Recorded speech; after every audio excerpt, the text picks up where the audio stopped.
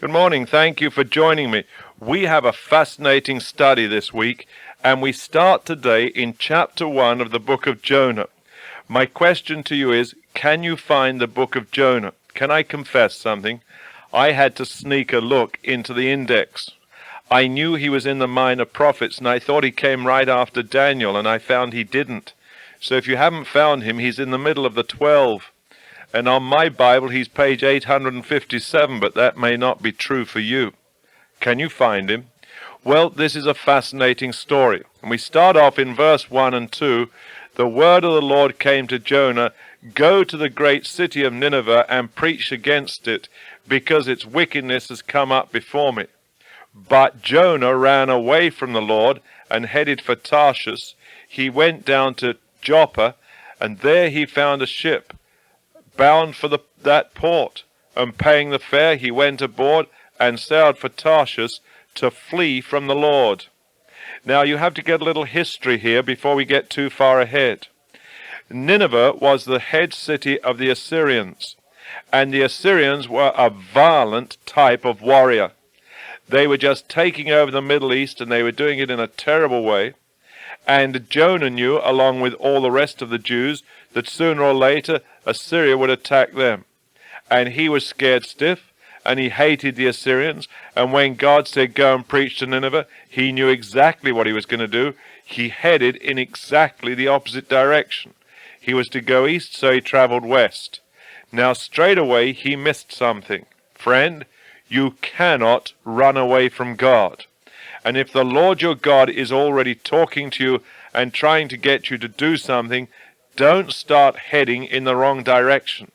And if you are, then Jonah has a little warning for you. And I want to share it with you because I think it's something that's quite significant. He couldn't get away from God. And of course, God was quite specific with him. Go to the great city of Nineveh, preach against it because its wickedness has come up before me. Now that wasn't a very, very exciting job to do. He was to go and preach that they were sinners and that they had to repent, they had to confess, they had to get things right. So he ran away, got a boat, went to the west. Now verse 4. Then the Lord sent a great storm on the sea, and such a violent storm arose that the ship threatened to break up. Okay, you try and run away from God, and the next thing is there's a storm after you. In actual fact, even as you listen to me, it may be that somebody listening to my voice has a storm in their life right now, and they've never recognized before that it is God still trying to speak to them. They've put it down to this particular situation, this circumstance of life, and the Lord our God is trying to say, "I'm here. I'm trying to get through to you. I want to say something to you. I want you to do this for me."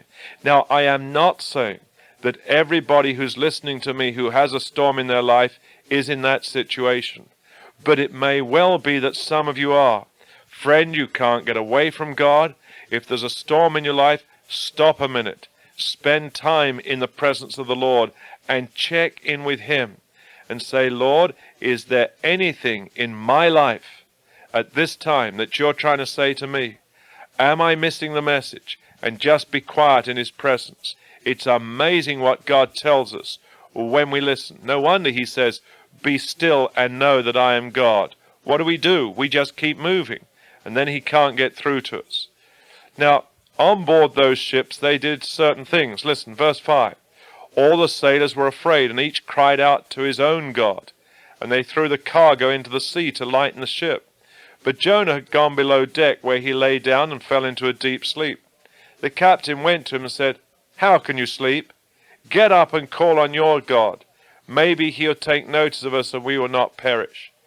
Then the sailors said to each other, "Come, let us cast lots to find out who's responsible for this calamity." They cast lots, and the lot fell on Jonah. Now, there are a couple of things here. Notice it says, each called on his own God. There were plenty of gods in those days. It just happened they're gods with small g's. There are plenty of gods today, and they are all spelt with a small g. There is only one true God, the Lord our God, who we find in Jesus Christ. Then they did something that was not unusual. They cast lots. They get a number of stones, put them in a bag, and they'd all be white except one. One was black. And then when they cast the lots, sure enough, Jonah got the black one. So what have you done? What happened? Why is it you're here? And then he told them, tell us, who's responsible for making all this trouble for us? What did you do? Where do you come from? What's your country? From what people are you? He answered, I'm a Hebrew, and I worship the Lord, the God of heaven, who made sea and land. This terrified them, and they asked, what have you done? Because they knew he was running away from the Lord because he had already told them so. He had confessed to that point. He was in trouble and he was running away from God. Now notice, he says, I worship the Lord, the God of heaven, who made the sea and the land. He recognized the Lord as creator, but he was still running. Verse 11, the sea was getting rougher and rougher, so they asked him, what should we do for you to make the sea calm down for us? He says, pick me up, throw me into the sea, and it will become calm. I know that it's my fault that this storm has come upon you. Now listen, this always amazes you if you really understand what's going on. First of all, Jonah runs away from God. Secondly, he finds himself in a storm. He knows God is caught up with him. And what does he do? He says, I'd rather commit suicide than go to Nineveh. He says, throw me overboard. Let me die. He still hasn't got the message. Friend, if you've ever committed suicide, know this. Far from running away from God, when you commit suicide, you're going to face him. And your last state is going to be much worse than your first. You cannot run away from the God of heaven. You're much better to get on your knees before him and surrender to him than keep on running. Throw me overboard. I know that the sea will become calm if you do. And sure enough, they threw him overboard. No more questions. Well, they just gave him one more chance. Verse 13. Instead, the men did their best to row to land, but they could not, for the sea grew even wilder than before. Then they cried to the Lord, O Lord, please do not let us die for taking this man's life. Do not hold us accountable for killing an innocent man for you, O Lord. Have you done as you pleased? And then they took Jonah, threw him overboard, and the raging sea grew calm. Isn't that something? So here he is. He runs from the presence of the Lord. A storm follows him. He realizes it's his God. And he says, oh, let me die. I don't want to face him. I don't want to do what he's told me. Can it be that you're like that? Can it be that you're disobedient? Even as you listen to this story of Jonah, you know perfectly well you've done the same thing. God has given you something very definite to do, and you won't do it. Friend, you'll never have peace in your life. You'll never have peace in your heart until you put that right with God. Then something else happened, and this is fascinating too. The men greatly feared the Lord, and they offered a sacrifice to the Lord and made vows to him. So first of all, they got rid of Jonah, they got a calm, and then they sacrificed to the Lord our God. But you see, there's still more to come. He's gone into the water, that's the end of Jonah. Oh, no, it isn't. Verse 17. But the Lord provided a great fish to swallow Jonah, and Jonah was inside the fish 3 days and 3 nights. Oh, you say, Richard, you don't believe that, do you? Oh, yes, I do. How big is your God? Don't you believe in a God who can do anything? Don't you believe in a God who has control of all the fish of the sea? Don't you believe in a God who can have a whale there for Jonah? Or you said, Richard, it doesn't say a whale. Well, no, it says a big fish. Well, then how do you know it's a whale? Well, isn't it historically true that people have been swallowed by whales and lived to tell the story? They didn't find it very easy, but they could tell the story. So if it's happened to others, it could happen to Jonah. The fact is, and the miracle is, that the fish was where Jonah was just at the right time. That's the story of our God. And you see, what it's saying to us is very clear. First of all, don't try and run away and find a storm in your life. Don't then decide to commit suicide, and then you find God is still there, because wherever you go, the Lord your God is. You cannot run away from God. If you think you can, when you get to heaven, have a chat with Jonah. He was totally unrepentant. You see, he was unrepentant when he found God was catching him up in the storm. He was unrepentant when they threw him into the water. Now he's having a little softening up operation, because when you're in the stomach of a whale, apparently it is a softening up operation. And if you have a problem with this miracle, you don't really have a problem with the miracle. You have a problem with God. You have a problem with your concept of God. You have a problem with how big your God is. And I think that's a challenge for any one of us. If you do not accept this, your problem is much greater than this story. And if, as I'm talking, you're even struggling with this whole concept, then I suggest you go back to God. You go back to the Word of God.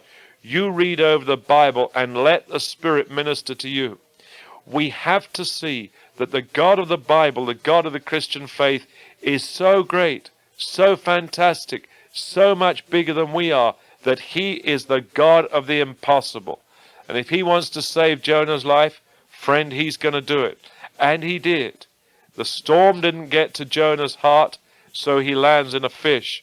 And by the way, it says, chapter 2, verse 1, from the inside of the fish, Jonah prayed to the Lord his God. You'd better believe he did.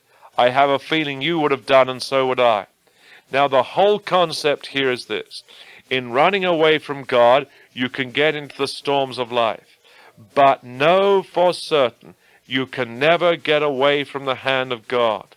And it may be, even as you look back in your life, you'll see again that some of the storms that came, you brought on yourself by your own action, by your own running. And God in his mercy still tried to reach out and touch you. He did for Jonah. He could have given up on him, and he didn't. He tried to get hold of this man. He had a job for Jonah to do, and God was quite determined that Jonah was going to do it. As we go on through the week, you'll see Jonah had some other problems too, but God didn't give up on him, and that can be true for you, and that can be true for me. The men went on their journey perfectly safe, but Jonah, he's in the belly of a fish, a most incredible story. And tomorrow morning we'll see what he said to the Lord our God in that prayer. You have to really hear it and understand it in chapter 2. It's an incredible passage, but God was still in control. And God always is. Whatever you hear on the news, whatever you see on television, whatever you read in the magazine, in the newspaper, know this. The Lord our God is so great. He's in control of the situation, although it so often looks that man is. No, our God is in control.